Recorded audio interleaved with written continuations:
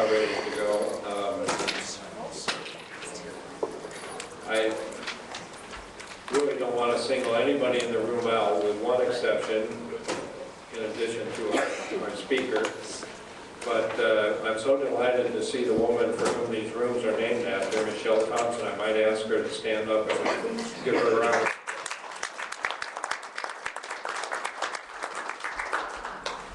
Okay, let's get on with the program. We're delighted to have Ed McMillan here.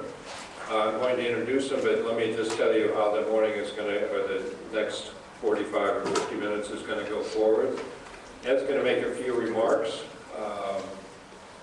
and then he said he would just love to take questions from people in the audience. So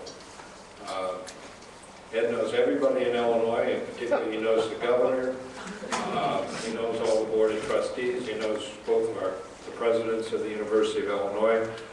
I just can't imagine that we're not going to be able to find enough questions to kind of keep that challenge. So with that, let me give you the formal introduction. Ed McMillan is a University of Illinois alumnus and a national leader in agribusiness.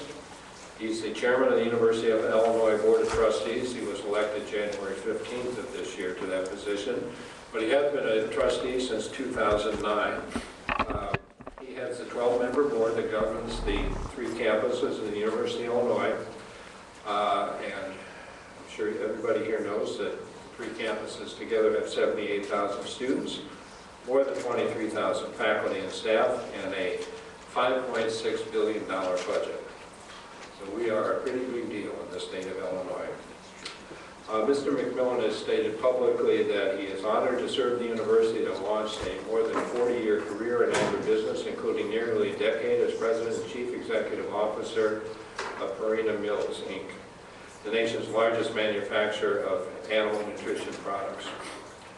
He earned his bachelor's degree in agricultural science from the Urbana-Champaign campus. He's a recipient of the Alumni Association's Distinguished Service Award and the College of Agriculture's Award of Merit. He's chairman of the board of management. He does a lot of things for the University of Illinois. Let me list a couple more. Chairman of the board of managers for the university's Research Park, LLC. He's chairman of the board of managers for University's Illinois Ventures, LLC.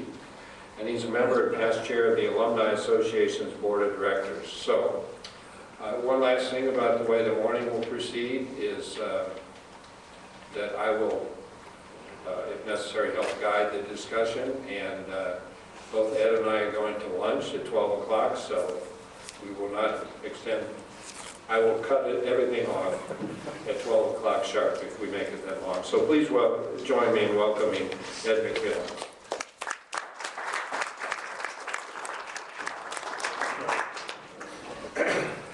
Well, good morning.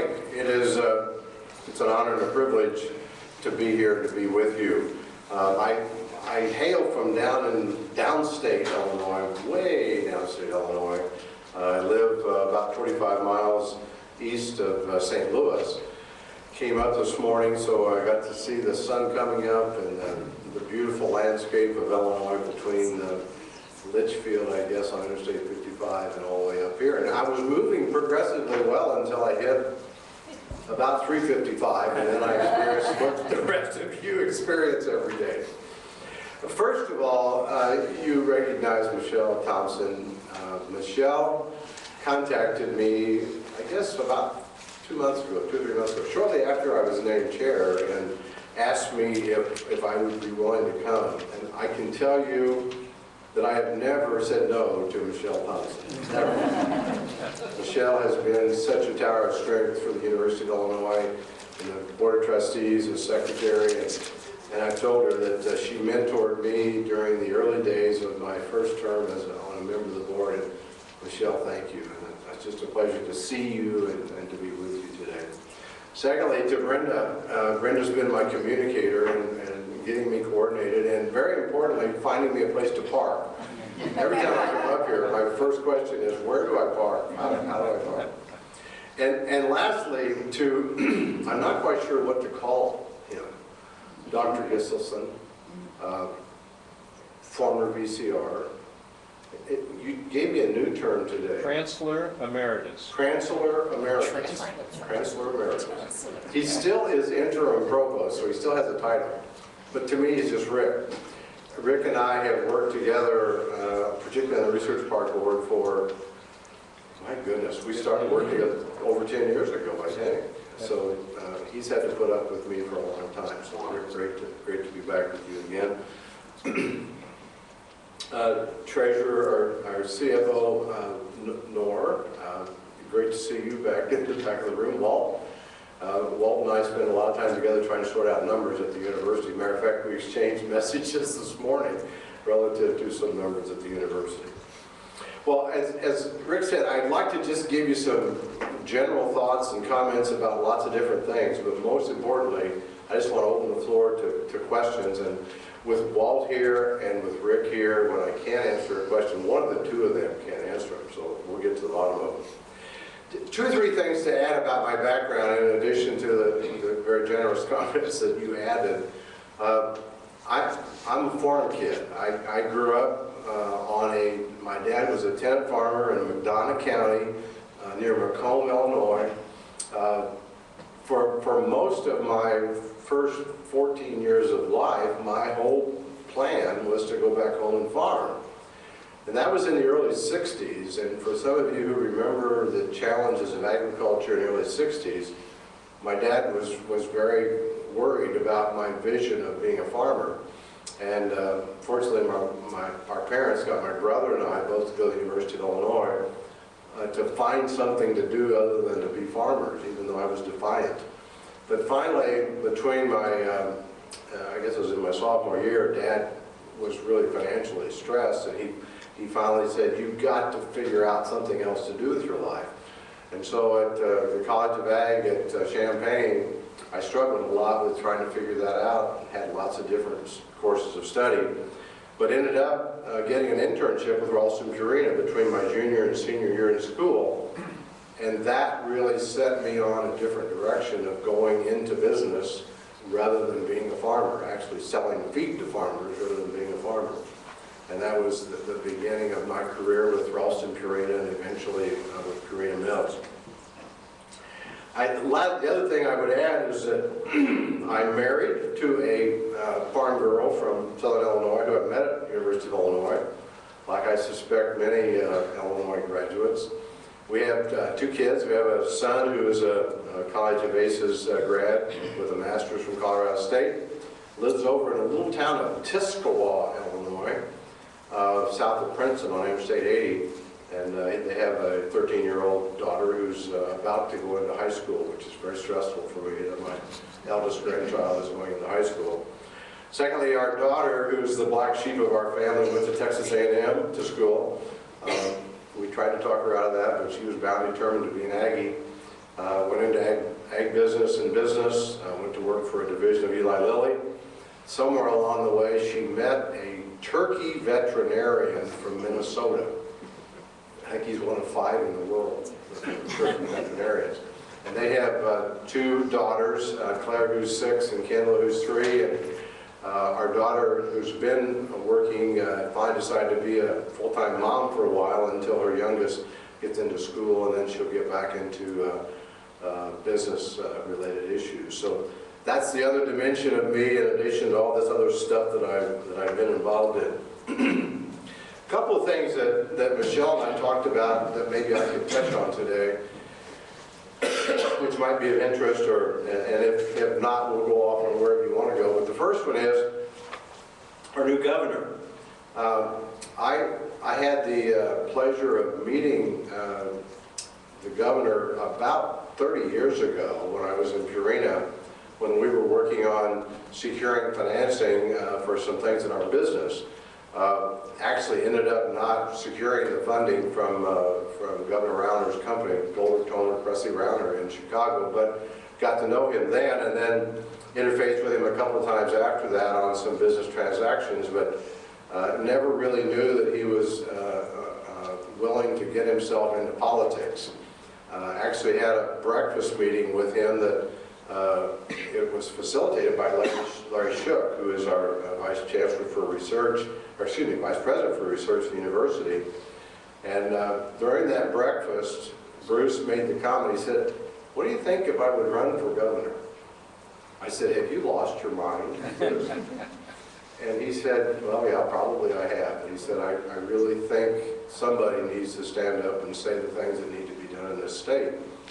Well, long and behold, about 6 months later, he asked me to be on his exploratory team, which I did in addition with some other folks here in Chicago.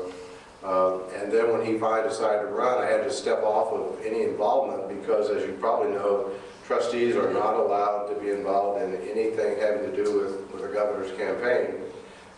So I was really not involved at all until he, lo and behold, got elected. I was named to his transition team. Chancellor Wise at Champaign was also on that team. So we had a little bit of an opportunity to understand where he was trying to go in putting together his structure. I also served on 2 of the 12 special policy committees that Governor Rauner set up. One was higher ed, which Chancellor Wise and I served on, and then there was one also on agricultural policy. You probably saw some things in the press in December and January of what the outcome of that effort was. But if I could put it in a concise manner, Governor Rauner challenged us to say, what are the policy issues in each of these 12 areas which need to be addressed in the first 100 days of his administration? Secondly, what are the policy issues that should get addressed in the first year? And then lastly, what are those that we need to get to the bottom of before the 4-year term is up? And he has said, as I'm sure you've heard many times, that he doesn't necessarily expect to or want to get reelected, but he wants to make a difference while he's there. So we'll see what happens. I'm sure a lot of the things that they've identified have been worked on. Obviously, the big impact for us in higher ed is the initial budget that the governor has put forward, which proposes to reduce the state appropriation to higher ed by 31%, which, Walt, is about $209 million reduction in the allocation that we would have at the University of Illinois. So we've been, number one, helping the governor and the legislature understand the potential implications that would have for all of us at the university, and all of the other institutions are also making those comments. But at the same time, being realistic, we're also trying to figure out how do we accomplish that if the legislature eventually tells us that that's how much our reduction is going to be coming in July. Spent some time with President-elect Colleen in Springfield Tuesday. We spent time talking to the Chief of Staff of both President of the House and Speaker of the House and President of the Senate, as well as the Chief of Staff for the minority parties also, as well as spending a few minutes with Governor Rauner talking about it.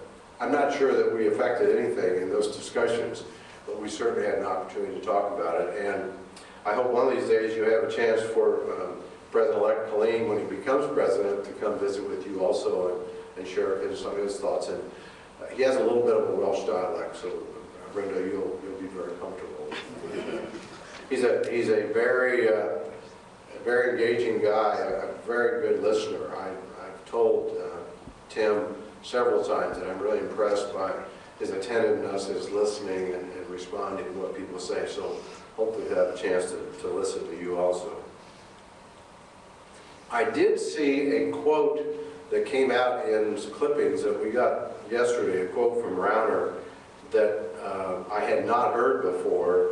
And his term that he's using now is reform before revenue. So as you can assume, that creates a real conflict between the governor's office and both the House and Senate leadership. They prefer to solve it primarily through revenue. He's preferring to solve the problem primarily through costs and reform. That conflict will not get resolved easily, and I suspect we'll still be dealing with the potential budget for 15-16 even into July. Walt, you and I talked about our budget for next year, that we just have to stand pat and hope we have an answer to that by July, if not later than that.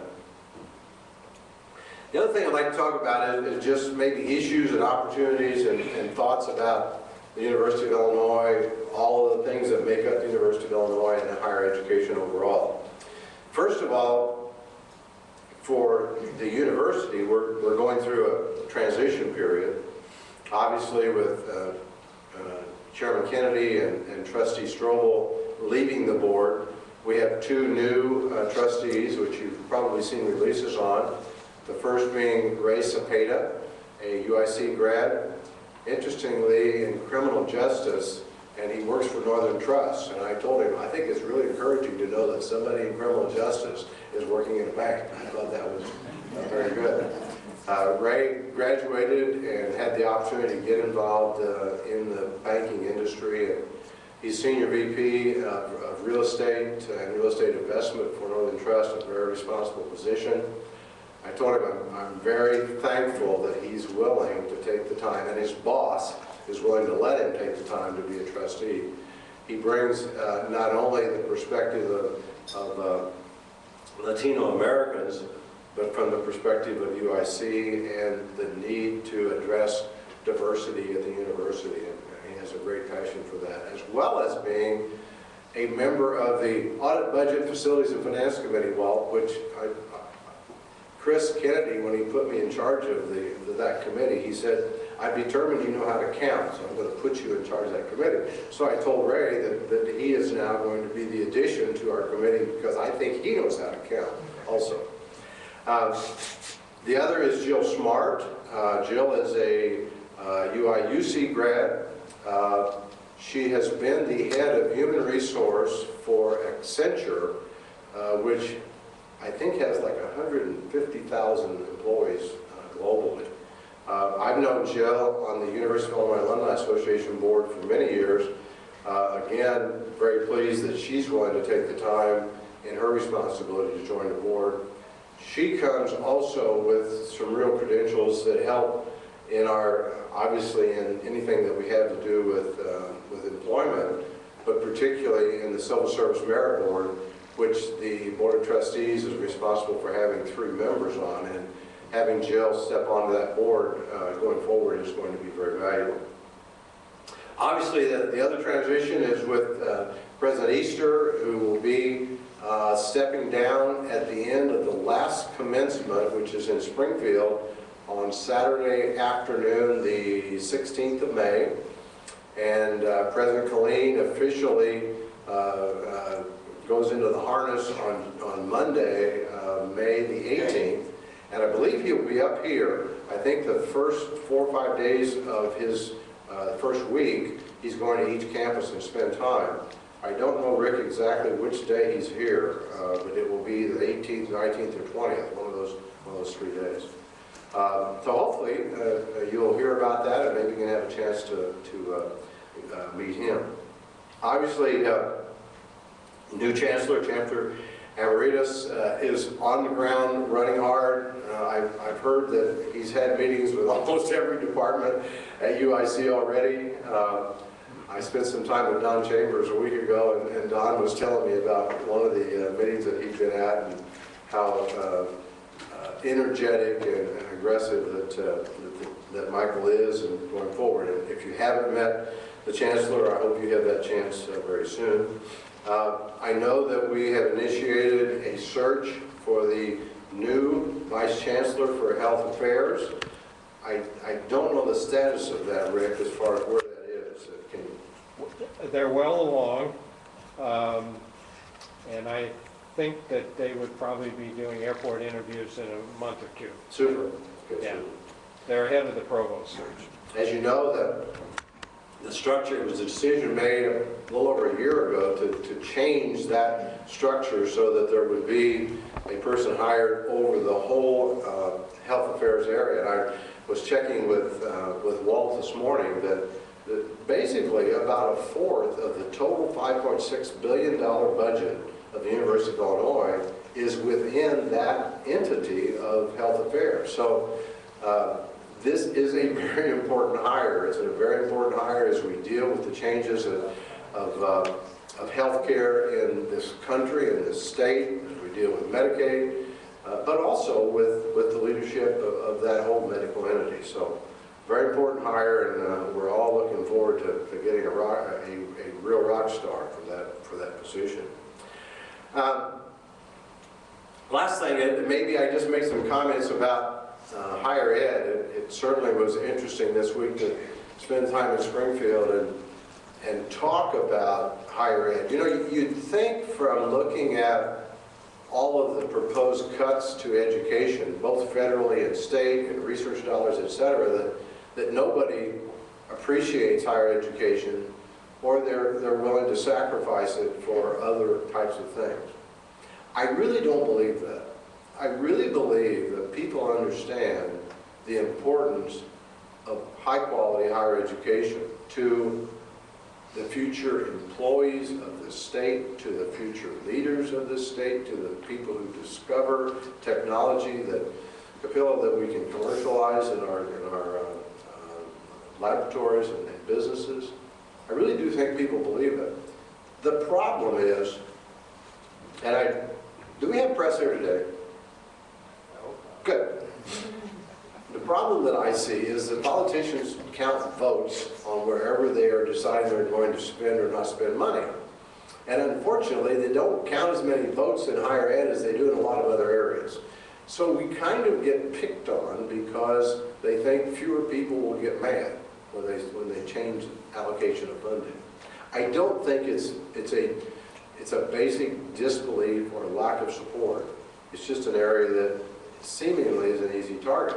That's why the challenge is very strong for us to be able to defend why higher ed is important, what the value of higher ed is to the value of the quality of the citizens of the state, to the ultimate revenue generation of the state, and we spent a lot of time talking about that and hopefully in planning it. But I think we're facing in this country an evolutionary change in higher education.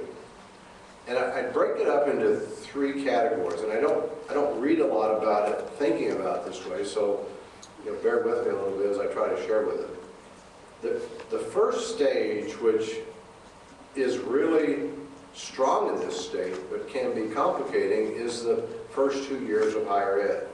The freshman, sophomore year, or the junior college year, or whatever you want to talk about. It's that focus where students really get the basis upon which they can go into their junior and senior year and end up on into higher ed. I think we're going to see more and more pressure of, number one, finding lower cost alternatives for those first 2 years of education.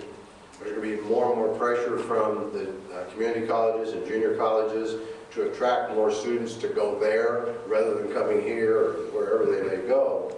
And so it's going to be a real challenge for us to figure out how do we support that junior college effort and what it's trying to do, and yet not at the same time not tear down what we're trying to do within the four-year institution. So that's the first question. And the second question is, if you believe that that trend is coming, we have to then look harder and harder and harder at how do we build transitions for young people from a junior college 2-year program to complete their education in a 4-year program and have that transition be seamless. One example that I'm familiar with is in Champaign-Urbana with Parkland College. There's a very strong matriculation relationship between Parkland and Champaign. And matter of fact, Walt, I think there's even some students at UIUC who take courses at Parkland as a part of their program. I know you all have relationships up there. I'm just not as familiar with that yet as I need to be. I think we need to work more and more at establishing a stronger matriculation relationship between those 2 years, and here in Springfield and Champaign, and quite frankly, Eastern, Southern, Central, ISU, Northern.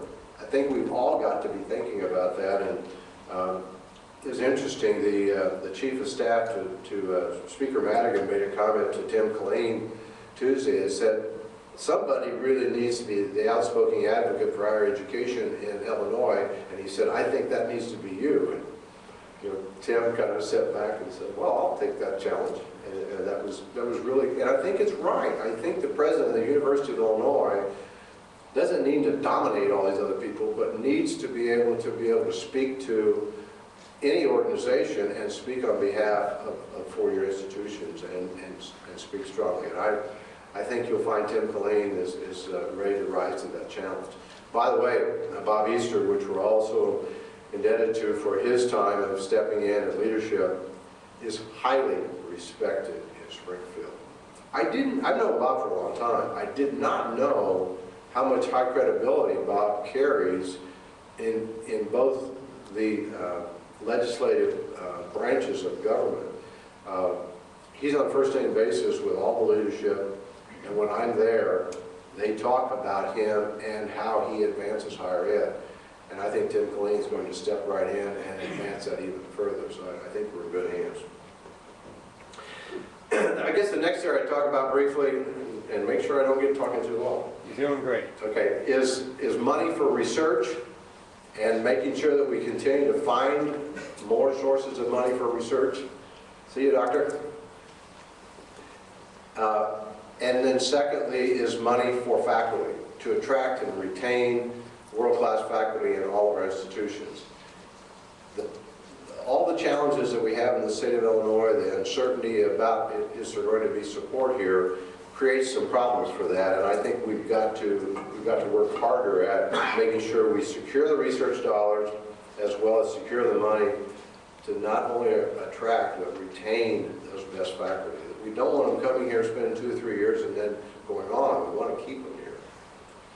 I make a general comment. I'm sure you're going to hear more about this from President Killeen when he takes over, but his vision over the next about 10 months is to do a real in-depth visioning process, listening process, planning process for where we're going to go from here. And I don't want it to sound like the classic strategic planning process, because each of the 3 campuses already have done strategic planning processes. What Tim wants to do is to listen to faculty, to students, to legislators, to industry leaders, to community leaders, understanding what their vision is for higher ed going forward and what their expectations are for the University of Illinois. I know that Tim is going to get some facilitation assistance. I know he's going to get people involved in a couple of retreats in June and July. He's already organizing what he calls town hall meetings in I think every senatorial district in Illinois, and then bring in representatives and senators and community leaders and listen, not talk, but listen to what their ideas are. I think that, well, and one thing I would add to that is trying to figure out after you get this feedback, what do you do with it? So much of what we want to do in each of our 3 campuses, in each of our colleges, and I think we have 60 colleges between the 3 campuses, that we can find ways to invest in those areas that we really want to advance and to be the best we can be at.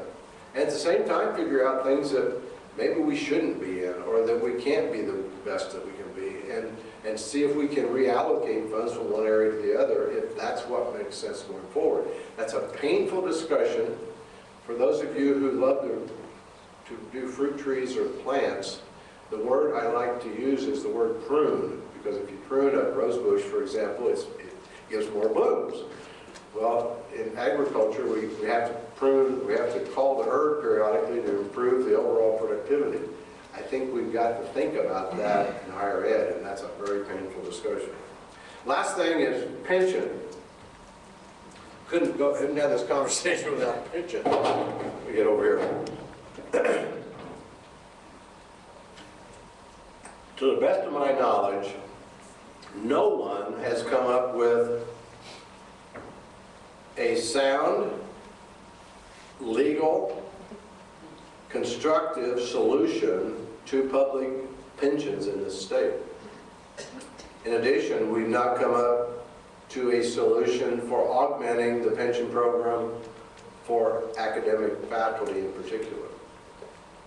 I'm hopeful, probably gullible too, But I'm hopeful that the politicians can come together and say, let's figure out how we preserve what's there for retirees and those who are close to retirement. Secondly, can come up with a sound program of how do you deal with the people that are kind of mid-career, to build a program that can still support them, but maybe be something we can afford. And then thirdly, to come up with a program for the people who are starting their career so they know up front what they're dealing with. I don't know whether we're enlightened enough or collaborative enough to find that solution, but it's got to be found. We're just continuing to delay the addressing of the issue. I don't know the answer to it, but I would hope that we could find some people who are very bright, very sensitive, who can sit out in a room. I made a comment, Walt, you and I talked, I said, I'd love to be able to lock people in a room and tell them they can't come out until they agree upon a solution that's workable. It won't happen, but that's the kind of thing that needs to happen. Let me stop there. I covered a lot of area. It may not have been anything you want to talk about, but the floor is yours, and we've got 26 minutes till we have to go to lunch, so have at it. Thank you, Ed.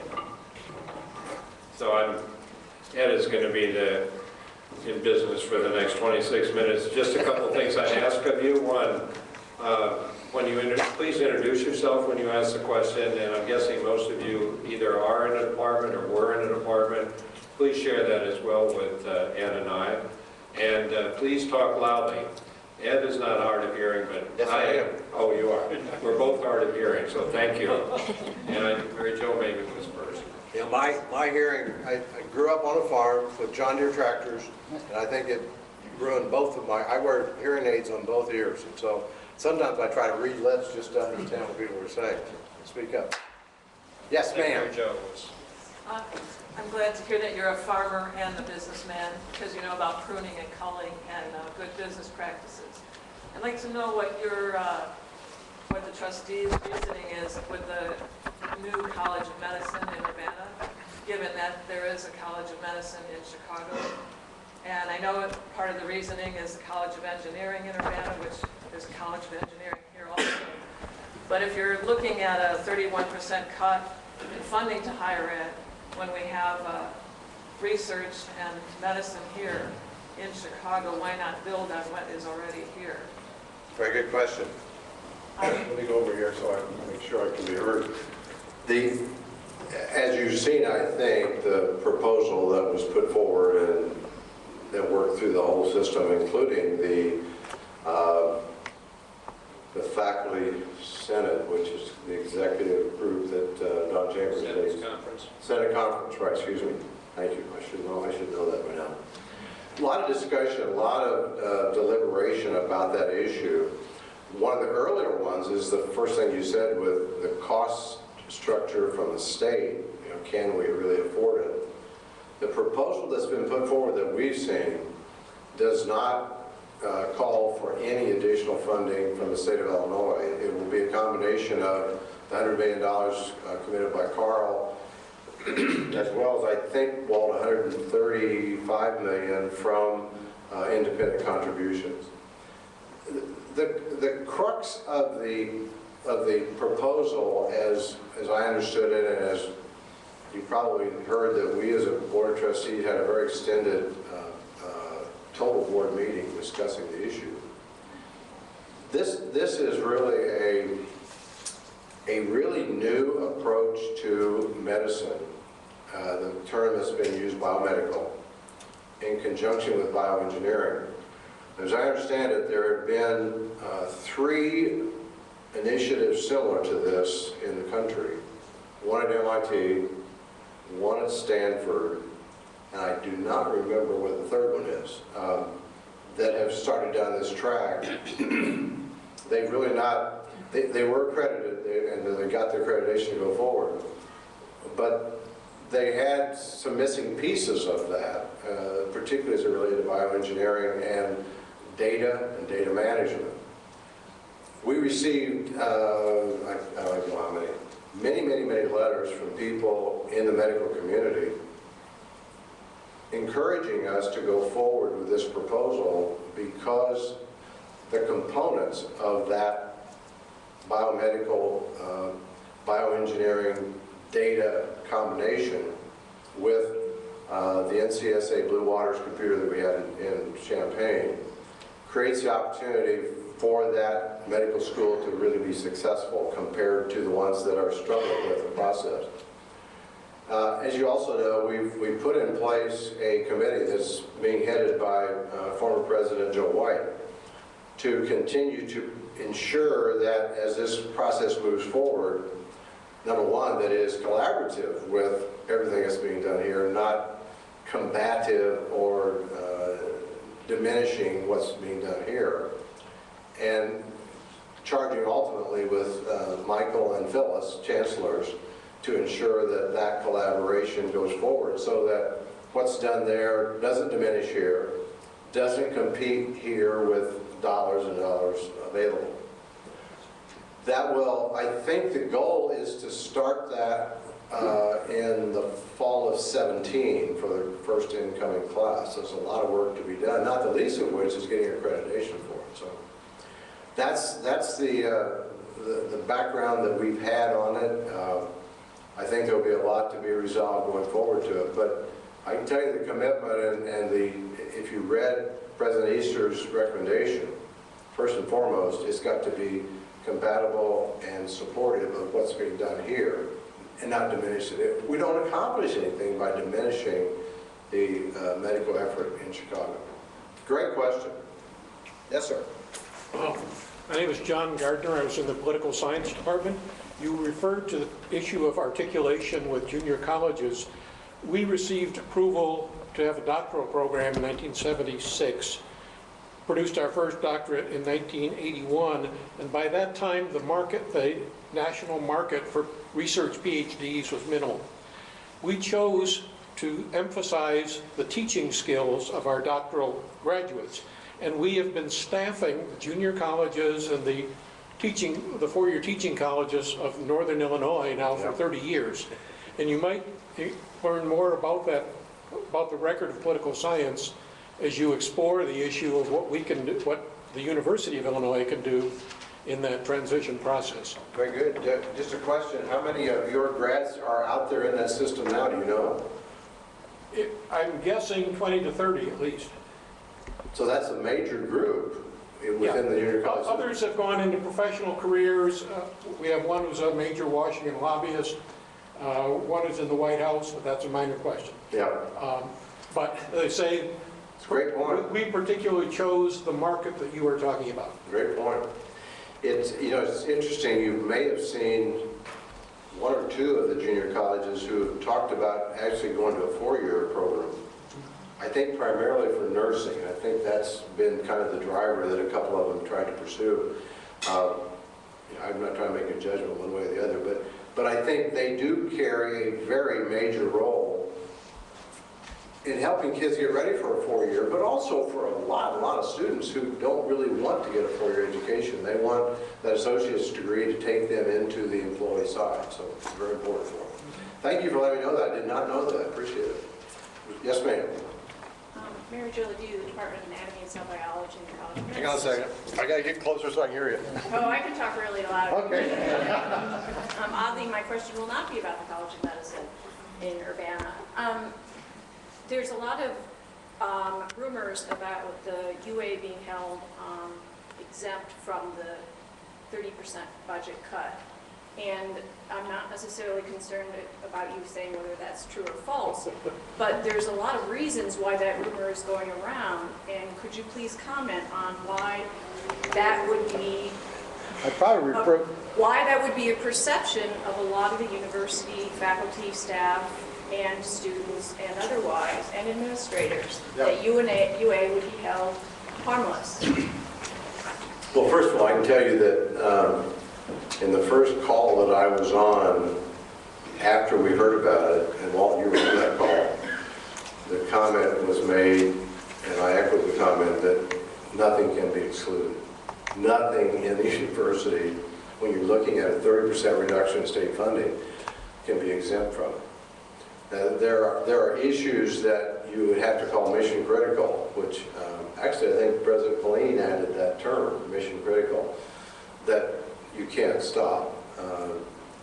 But there is no minimum. There is no reduction in or in elimination of administration. Now, to your point about why is the rumor there, that's probably a popular rumor. What I would think is that looking at administration, which is not in the day-to-day operation of any of the 3 campuses or any of the 60 colleges, is always a target. But Walt, and if you want to comment to it, have at it. But we've had discussions about all the target areas for potentially achieving that $200 million reduction, and administration at the university, at the campuses, at the colleges, at the departments are all in that. Yes, ma'am, you're shaking your head. No, UA in particular, and who does UA report to, and who enforces mandates that come down for UA? Who enforces it? Ultimately, the trustees do, I guess. The buck stops at us. Walt, do you want to make any comment about it? I know you're shaking your head. Well, other than categorically, the UA is not exempt from the 31.5% project. If you look at total administrative costs, 101% conviction that it's not.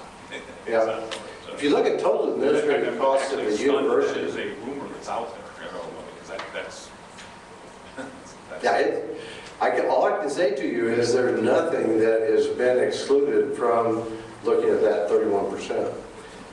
If you think about that, $209 million, yeah, we have a $5.6 billion budget, but the amount that comes in from the state, it really goes into salaries and excluding benefits. And if you look at much of that $5.6 billion, it is restricted funds that have nothing to do with the state's revenue. It has to do with research opportunities with the hospital, which about 1/4 of it is in the medical side. So all I can say to you is, you don't have to trust me, but if you would, trust me that that is not being excluded.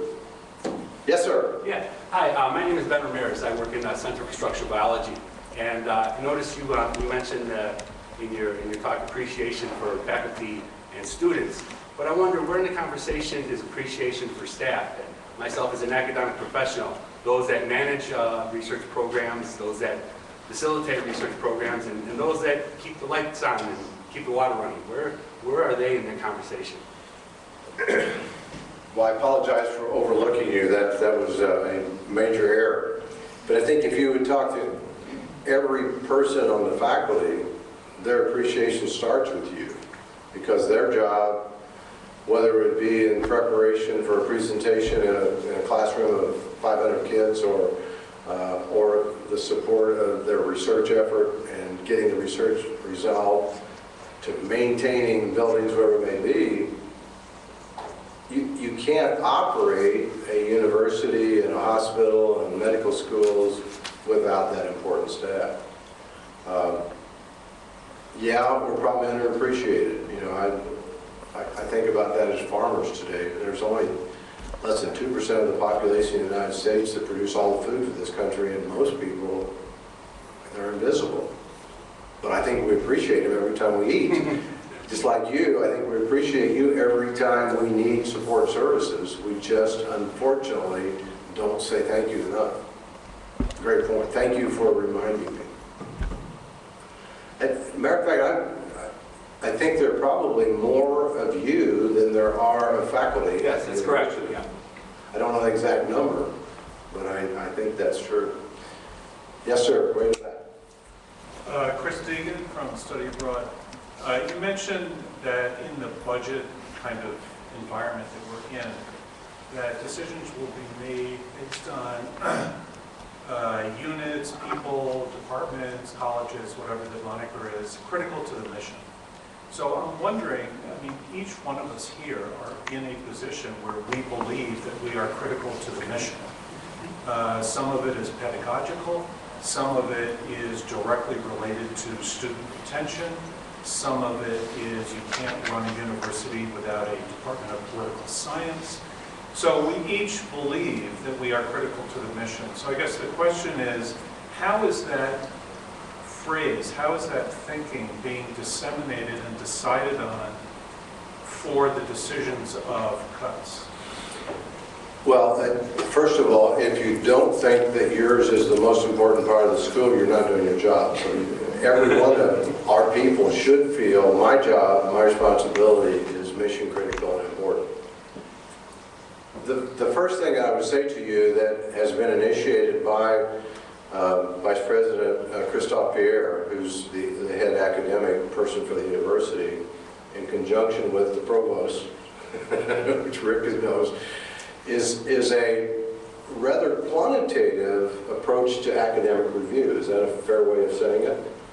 I don't claim to understand it, but I think there's 13 dimensions that you all are looking at by academic unit that has to do with research, students, all kinds of things, to try to put in perspective comparatively within a college, and then comparatively between colleges, and then probably not between campuses, but between departments and colleges, to assess those departments and how effective they are in delivering research and teaching, in some cases outreach, and then trying to do a somewhat of comparative evaluation of that versus others, and then I think coming back over the summer and determining, does that help us make better decisions? Is that fair, or would you like to add to that? No, I think that's fair. The budget model at UIC is a little different from our sister campuses because we have a responsibility-centered management, which means we have a lot of formulas for, I'll give you an example, the physics department accepts a student and they're teaching that student, they get a certain amount of money. Actually, the college gets the money for the fact that they're in LAS, but physics then gets money because they're teaching that student in the physics department. So we have this kind of formulaic, which is a standard RCM model. And so what we're looking at is, we're not trying to tell the deans what departments they might cancel or who they might let go, but we are trying to figure out which colleges are really essential, which colleges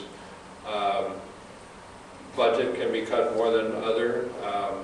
Chancellor Amaritas has made it quite clear that his two goals are to protect the faculty and the student experience, and maybe you could say student experience subsumes both of those. So that's the kind, and we are going through the kind of exercise that Ed McMillan just described.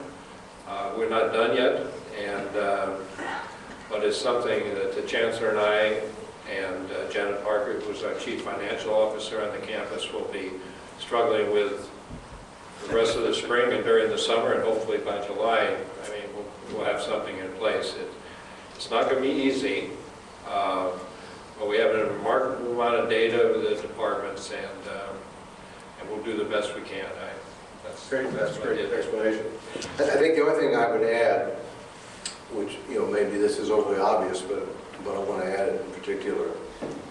While we go through that process and make those determinations, in the end, we want to know where we can put greater emphasis. What are the areas that, either through investment of more people, for different faculty, for more research, to really help us make sure that we advance as much as we can, as strong as we can in those areas that are going to be most critical to our long-term success. And that's a tough decision. Those are tough decisions to make because you're dealing with people's careers and lives, but we've got to think about it in the context of what's the best for UIC long-term. And Rick's doing that now, but he's going to be moving away from that eventually, right? Yeah. Yeah, I didn't ask you what the provost search status is. Let me say two things. First, the provost search, thank goodness, is well underway. It's not as far advanced as the Vice Chancellor for Health Affairs, but it is. We do have the committee, we do have the job description, we do have a consulting firm which is helping us. Actually, it's the same consulting firm that's working on the BCHA search, so that's going nicely.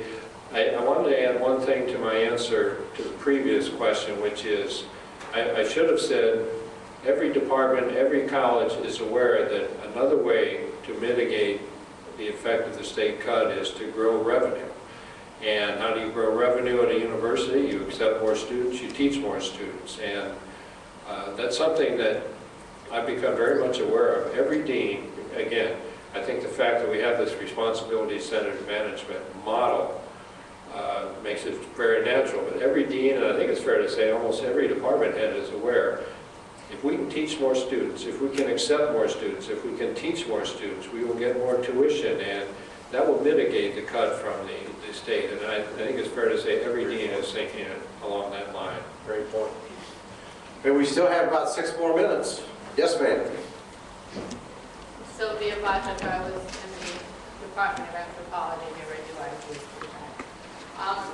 There's been, all through this latest discussion, there's been the word, you know, best for the mission or more appropriate to the mission. Could you kind of briefly say what's the mission?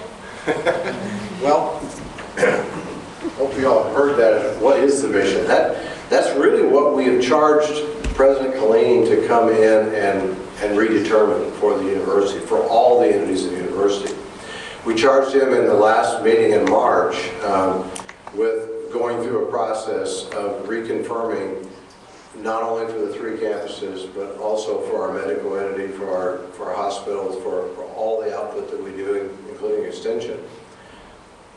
We have a somewhat of a mission, particularly for Champaign, of the land-grant college mission, but overall the university is much beyond that, and that's his challenge, is delivered to us.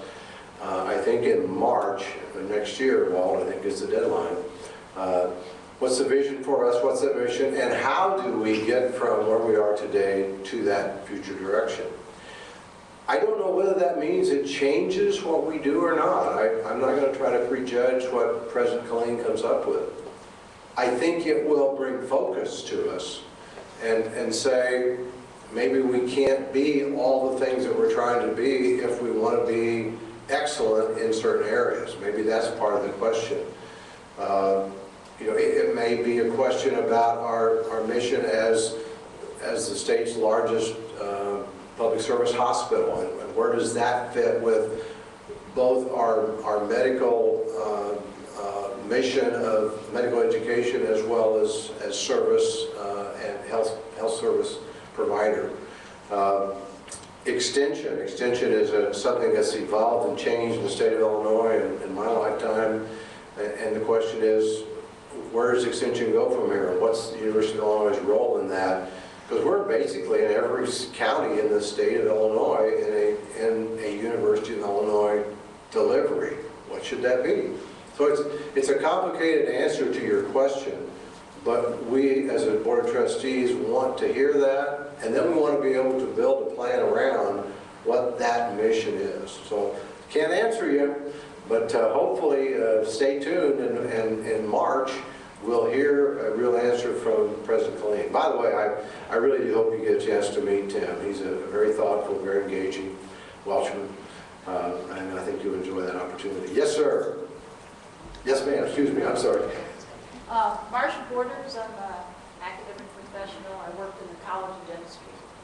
And I'd like to know if there's been any consideration or looking at the number of unfunded mandates that the university is given from the state, such as, you know, all this timekeeping, ethics training, evaluation that doesn't get used for anything, among other things. And these are all costly kinds of things.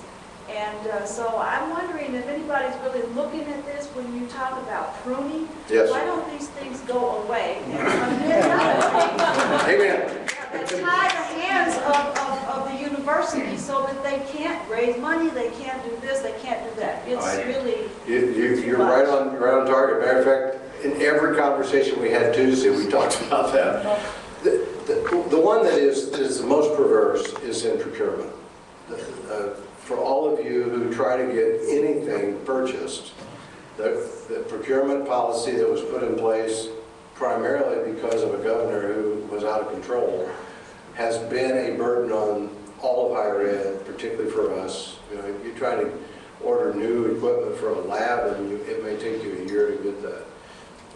That is just one. It's probably the one that will cost us the most money in both administrative time and actual cost. But all the other things that you talk about are also.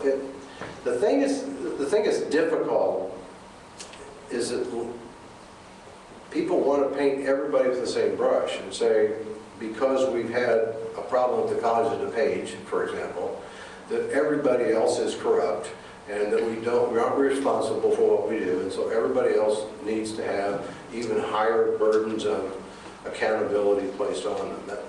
That's really painful. What we're trying to get them to at least acknowledge are the differences in how particularly a public university operates as compared to other state entities and how they operate, and what we set our expectations and standards are too. I won't sit here and tell you it's going to change, because bureaucracy is a slow process for change. Walt's leaving, but Walt may get that change somewhere in the future. But Walt, thanks for being here, by the way. If you look at the total cost of our university, particularly at the administrative level, whether it be UA administrative or college or department, Bob Easter has given me an example of when he was a researcher in animal science at U of I, and what was there in their area as far as administrative support versus what's there now. You know, he said it's a remarkable change, and that whole addition of costs and processes and timekeeping, all things, are just policies that have been put in place. And you're right, they're unfunded mandates. I also spend a lot of time talking to leaders in communities. They are really pained by the unfunded mandates that they're obligated to do. K-12 education, the unfunded mandates that they're required to do. It goes on and on and on, and they just don't, the politicians don't appreciate the effect of it. I'm glad you brought it up. I'm sorry I didn't talk about it further, because it is a big issue. I think it's time to stop.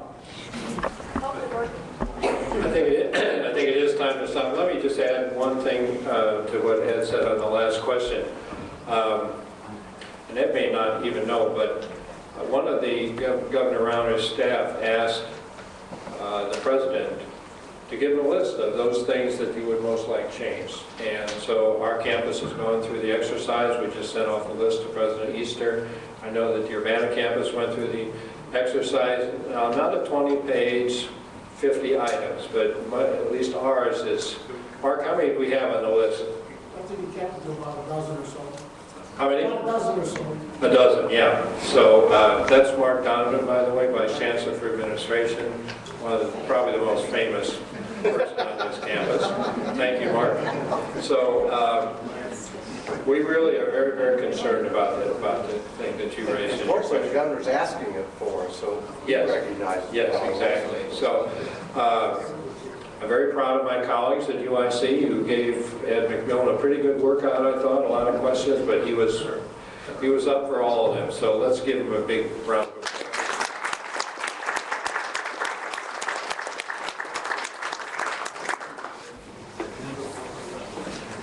So I think we're having lunch, would that be correct? Yeah, those who signed up. Those who signed up for lunch, it'll be next door. Yes. Those who signed up for lunch, it will be next door. Well, that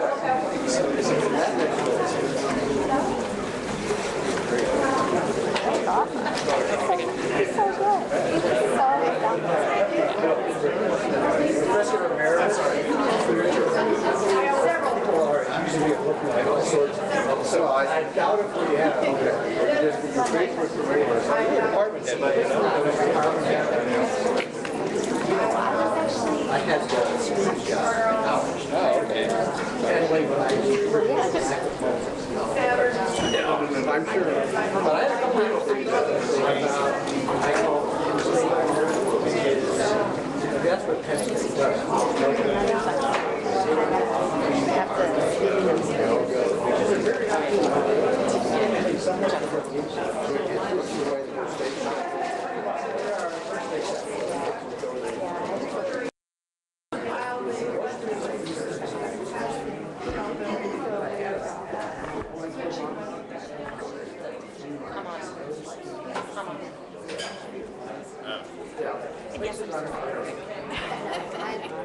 agree with you. Not enough to see your face. Like me, none of us have those. They don't. I just, It would certainly gonna build them, develop them now. I don't have time. I don't have time. The energy to make my way through work. Never has, and I never will be. You can deal carnivores all you want, but they just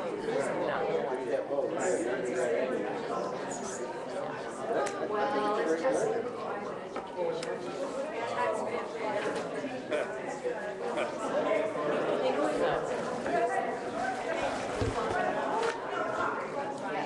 what? Rising.